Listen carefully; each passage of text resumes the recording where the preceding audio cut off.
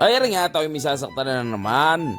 Ang sasaktan ko ho ngayon ay galing pa ho ng Lipa City, Batangas. Bale ang biktima ko ho ngayon ay muli hong bumabalik at magpapasakit ho ulit. Are ho yung tinatungo no isang tao. Ay pumasok na agad at baka mainip ang mga manunuaw. Bale ang gusto hong ipagawa sa akin ng biktima ko ngayon ay isa hong po daw. Bale ang nakursunadahan ho ng aking biktima ngayon ay Guardian Layaw. Kilala rin ito bilang Kumaynaw, Sisi o mas kilala ho sa tinatawag ho natin po daw. Ang mga Guardian Layaw na o mas kilala ho sa tawag ho natin po daw ay ano yung sumasagisag ho ng kaunlaran, tagumpay at pag-iingat. Sadya naman ho ang piyesang ito ay punong-puno ho ng kahulugan. Sa madaling sabi ho kaming dalawa ho ni Sir nagkaigay. Aba ay di i-preprint ko na ho din sa aking Oser stencil printer. Doon ho sa mga nagtatana kung saan ho pwede mabili. Aba ay di sa Osus Tattoo Supply. Basta halos lahat ng kagamitan sa pagtatataw ay nandoon na. Aba ay ano pang gagawin ay ipakita na agad ang bida.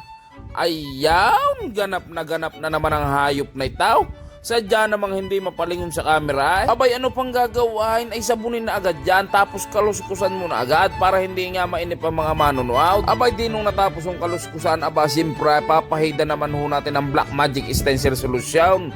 Ayan hong pangkapit hong ayan ay sadya naman hong kainaman. Mahiyamoy talaba. Patay na ay nakakapit pa. Abay ano pang gagawin ay pakitahi ang ebidensya at baka sabihin ng mga manunood ay niyayabang kula sila. Abay simpre habang pinatutuyo ho natin ang stencil abay magsisit up naman ho tayo ng lamesa. Ay maraming salamat ha Osus Tattoo Supply sa pagbusog ho ng aking lamesa. Ay magmula ho sa Atchop Slide sa aking karayam at sa mga tinta. Aba ay sadya namang tang ina miles tuwan-tuwa ho sadya ang bida. Ay di arin na nga at papaguhitan na ho ng isang makatikatay. Unang guhit, punay. Sa padalawang guhit, lasa ko iti ko mampuway. Ay di arin na nga, paghugan na rin ang inuuna ko sadya ay yung parting ibaba. Para ho ang stencil ay hindi ho mabura. Pero ho sa buhay, ang inuuna ko ho sadya, aba, ay di ang aking pamilya.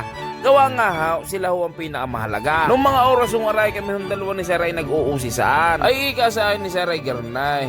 Sir, bit kayo hindi ko nababalitaan nagpaparapol ng mga tatao. Hindi ko rin kayo nababalitaan na nagpaparapol ng mga gamay. Gawa ho ako may napapanood dahil na nagpaparapol ho ng mga gamit sa tatao tsaka ho nagpaparapol nga rin ng mga tatao. Ay di aring si Sir isinagot kaw. Masaya naman ho sadya magparapol, Sir. Ako naman ay nakapagparapol na rin aon. Pero nga sa ngayon ha, hindi ko naman ho content ang magparapol ay. Tapos ika nyo ho sa akin, meron ho kayo napanuaw na nagpaparapol ho ng mga labis na gamay. Ay sir, wag nyo ho akong mamasamain ha. Sa tunay ha, kami ha ay magkakaiba. Hindi ho kami pare-parehaw. Hindi ho ako nagpaparapol ng mga gamay. Pero hindi ho ibig sabihin na madamot na ho agad akaw. Pwede naman ho kayo magtanong dun sa mga nakakarating ho din sa tatuwang kuway. Tsaka ho nung nakaraan, dun ho sa mga umatento ng Alfonso Ingsiao. Lasa ko naman ho may mga makakasagot ho sa inyo. Ay, kwento ko lang ho sa inyo. Nung umatendo ako ng Alfonso Ingsiao, meron ho akong daladalang isang malaking eco bag. Ang mga laman ho na ay yun ho mga labis ko hong gamit din sa shop. Ang mangyari ho, yung inabutan ko ho mga nagtatato pa ho sa Alfonso Ingsiao,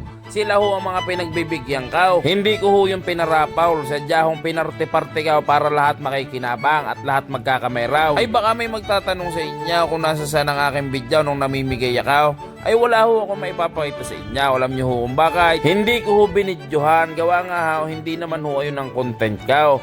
Ang content ko ay magtataw. Hindi ho magparapaul at hindi rin ho ang pamimigay. Nung gabi hong ayaw, hindi ko na ho yun ay pinarapaul. Sadya hong pinarte ko na lang ho sa lahat. Para nga ha, hindi na ho aasang iba. Kung saan ho para lahat ay masaya. Sa madaling sabi ho, ipinarte-parte ko na lang ho yung daladala para hindi na ho kami mapagod magparapaul. Ipamigay na lang para hindi na nahihirapan ng mga yan. Sa tunay, mahiyama ko si Santa Claus nung gabi ngayon. Ay di masaya lahat sa pangyayari ngayon. Kaya kung may magtatanong sa akin kung hindi ka nagpaparapol ng mga gamit mo, hindi ho ako nagpaparapol pero minsan namimigay ho ako. Ay baka may magtatanong na naman kung bakit hindi ko binidyohan. Alam nyo ho kung bakit. Gawa nga ha, pagbigay-bigay. Ayun ho ang prinsipyo ko. Hindi ko na ho kailangan bidyohan para magmukha ho ako mabait sa mga tao. Kaya ho ako sa tuwi ho may nahingi ho sa akin ng gamit o kaya ho nabibigyan ko ng gamit, hindi ko na ho pinipicturan o hindi ko na ho binibidyohan. Hayaan mo sila na magkwento ng kabutihang nagawa ka. Kaya doon ho sa iba nagtatanong sa akin kung bit wala akong pinupost ng mga tinutulungan ka o natulungan ka. Bakit ko ba ipopos ayaw ay natulungan ko na.